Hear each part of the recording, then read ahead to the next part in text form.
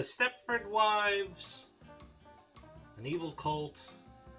Either way, get ready to go down the rabbit hole.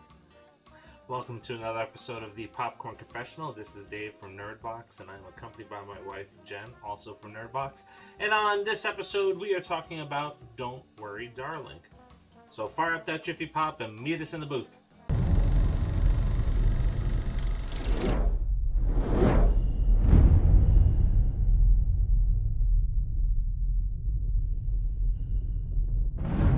This is Brian O'Holler, and you're watching the Popcorn Confessional on the Nerdbox. Sounds like a porn site. In the 1950s, Alice and Jack live in the idealized community of Victory, an experimental company town that houses the men who work on a top-secret project. While the husbands toil away, the wives get to enjoy the beauty, luxury, and debauchery of their seemingly perfect paradise.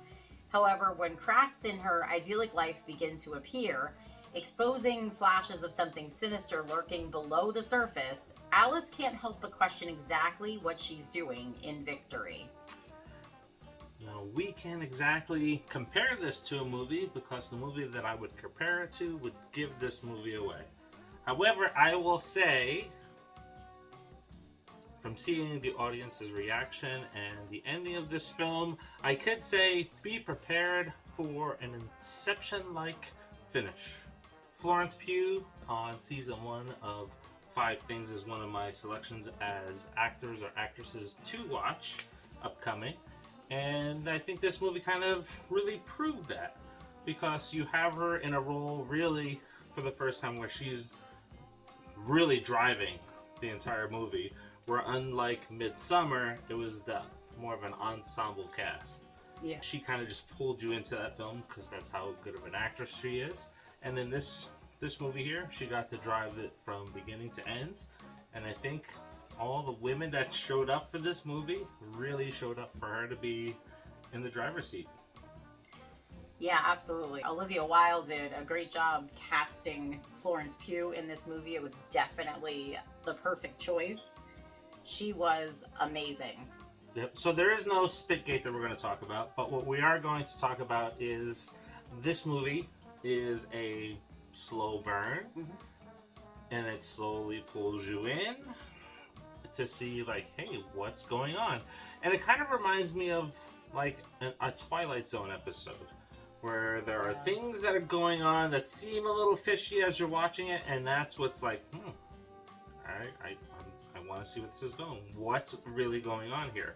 And that's what unfolds in this movie.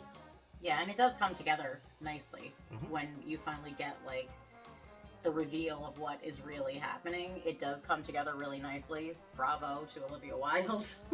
Yeah, everybody did great in this film. I am typically not a fan of Chris Pine.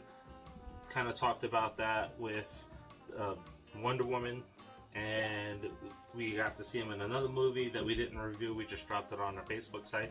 It's just something about him that always just kind of takes me out of movies, but he did a tremendous job in here. Because he comes off like a complete douchebag. What are we doing? Changing the world. What are we doing? Changing the world. That's right. But typically in the movies that I've seen him in, he's kind of a distraction. Like, I know his acting is okay, and he seems like too goofy. Here, he is an excellent antagonist for the film. Oh, absolutely. I wanted to stab him in the face, so... Yeah, he came off like a cult leader. I'm curious to hear where she's going with this. Do you even know what the Victory Project actually is? Have you ever asked? Do you?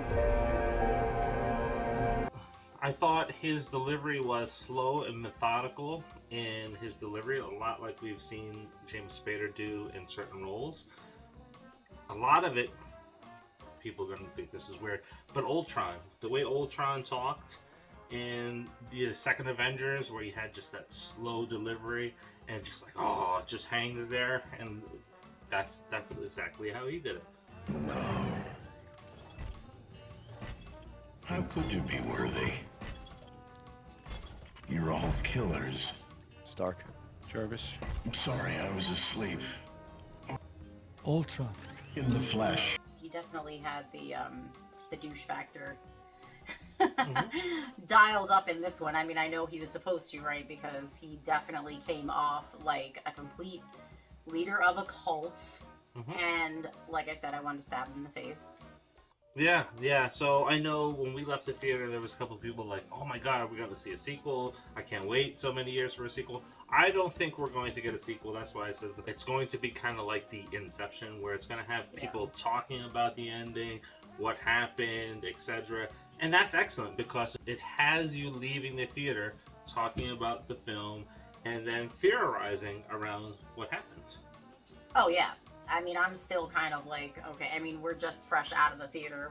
It just ended like an hour ago. So I'm not exactly sure what the ending was. We'll just put it that way. Yeah. But that's not a bad thing. No, that's not a bad thing at all.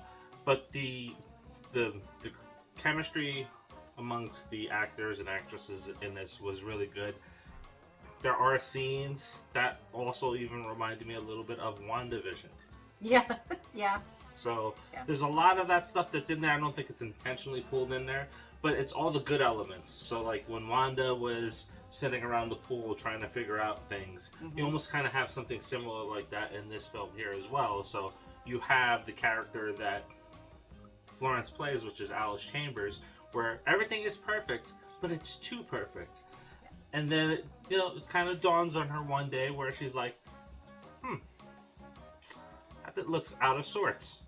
And then she kind of just mulls on it and she thinks about it. And then as she's thinking about it, little puzzle pieces start to come in and she's able to start putting, 1 and 1 together, which equals 2. And she figures out that, hey, Chris Pine is selling him 1 + 1 = 5. And Exactly. Yep. Exactly. And that doesn't add up. So we need to figure out why it doesn't add up. Yeah. So I'm very glad that we got to see this on opening night. A lot more people in the theater than I would expect to see. I really think that pretty much everybody in the theater was there to see that movie because when we left, the parking lot was cleared. So, and it was more than half full, Yeah. which was shocking for a Thursday. So I think Florence Pugh is definitely a rising star. Hopefully it's not going to be like Jennifer Lawrence where everybody kind of jumps on the bandwagon, burns her out, and then we don't get to see her for several years. Yeah. And as long as she doesn't do another movie like Mother. Now there is a reference to Midsummer in there. Let me know if you've seen it. Did you notice it? I'm not sure. I'll tell you about it after this review. Now, what do you rate this one? I would go see it again in the theater. Me too. I would definitely go see this one in the theater. And I'm going to do your little routine with the one review that we recently did. I'll buy it too. I'll take it all. Yeah, why not? Because it was that good. Yeah. So definitely not something for girls to watch, young girls, especially fans of, her as in the Marvel series. I know a lot of daughters or a lot of girls talk about that character, like our daughters. It's like, oh, she's awesome. Yeah. They cannot see this movie. Not unless you want to have talks with them about sex. Uncomfortable talks. It's not graphic, but It's not graphic, but it is. We'll just put it that way. yes, no nudity, but it is kind of graphic. Yeah. Now, yeah. before we go, remember, it is the quest for 5,000 subscribers, and you can help get us there by checking to see that you are subscribed to the channel, not just watching the video, because when you watch a couple of them, then they start showing up in your YouTube feed, and you may think that you're subscribed. So go ahead and check to see that you are subscribed to the channel. Go ahead right now. And for every video that gets 100 likes and 100 comments, we'll give away some free theater swag. Tonight we got Avatar mini posters. So that will be thrown into the mix. And then, of course, when we hit 5,000 subscribers, you get a chance to win this box of Strawberries and Scream, signed by David Arquette and Matthew Lillard. Yes, and it is one of a kind, like we've been telling you. So come on, get us there so we can give you this. Yeah, let's give away some free stuff.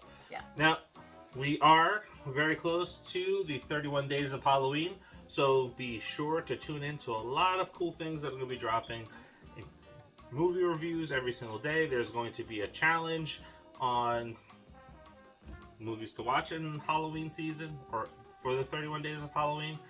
And there'll be some other goodies along the way.